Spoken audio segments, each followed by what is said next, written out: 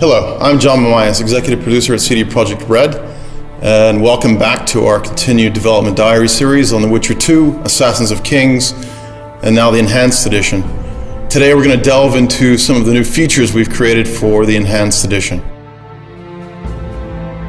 To allay some of the story complexity, we've created some new cinematic sequences and spread them throughout the game. Our partner, Platige Image, will first talk about the new intro that we've created, and after that our cinematics and art producer will talk about more of the cinematic sequences in the game. Just after finishing The Witcher 1, CD Projekt came to us with the idea of the intro for The Witcher 2, and it was quite a long time ago, it was like 3 years ago, and Witcher 2 wasn't even there, it was just an idea. The intro fills in an important piece of the backstory. Those who've played The Witcher 2 might remember that King Demavend's death at the hand of an assassin is something of a known fact at or near the beginning of the game. The intro shows exactly how that happened, and it shows it in spectacular fashion. From the very, very early stages we knew what will happen in the intro.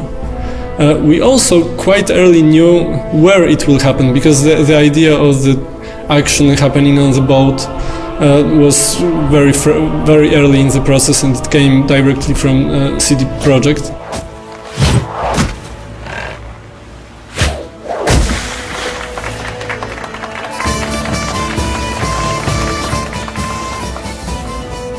One of the very early ideas was that who is the assassin is using a hornet nest to start a chaos on the boat, and he's using this chaos to kill the king and escape from the boat.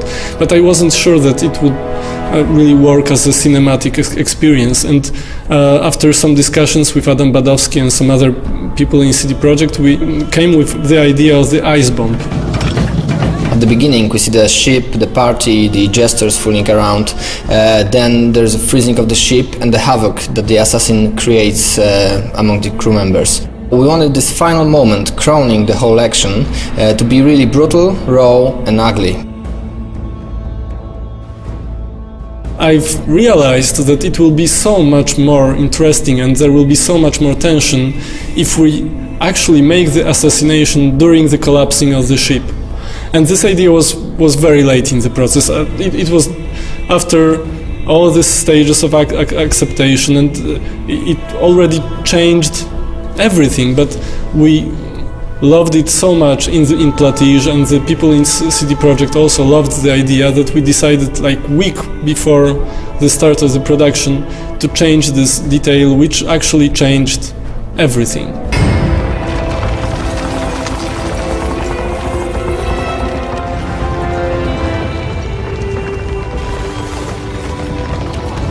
You see individual steps, muscle movements, slashes, and twinkles in the eye that express ferocity or fear. And they're all important. They all bring in a mountain of meaning. They suck you in and draw you to the edge of your seat, and bam, 3.5 minutes and you know you're gonna have one badass motherfucker to contend with.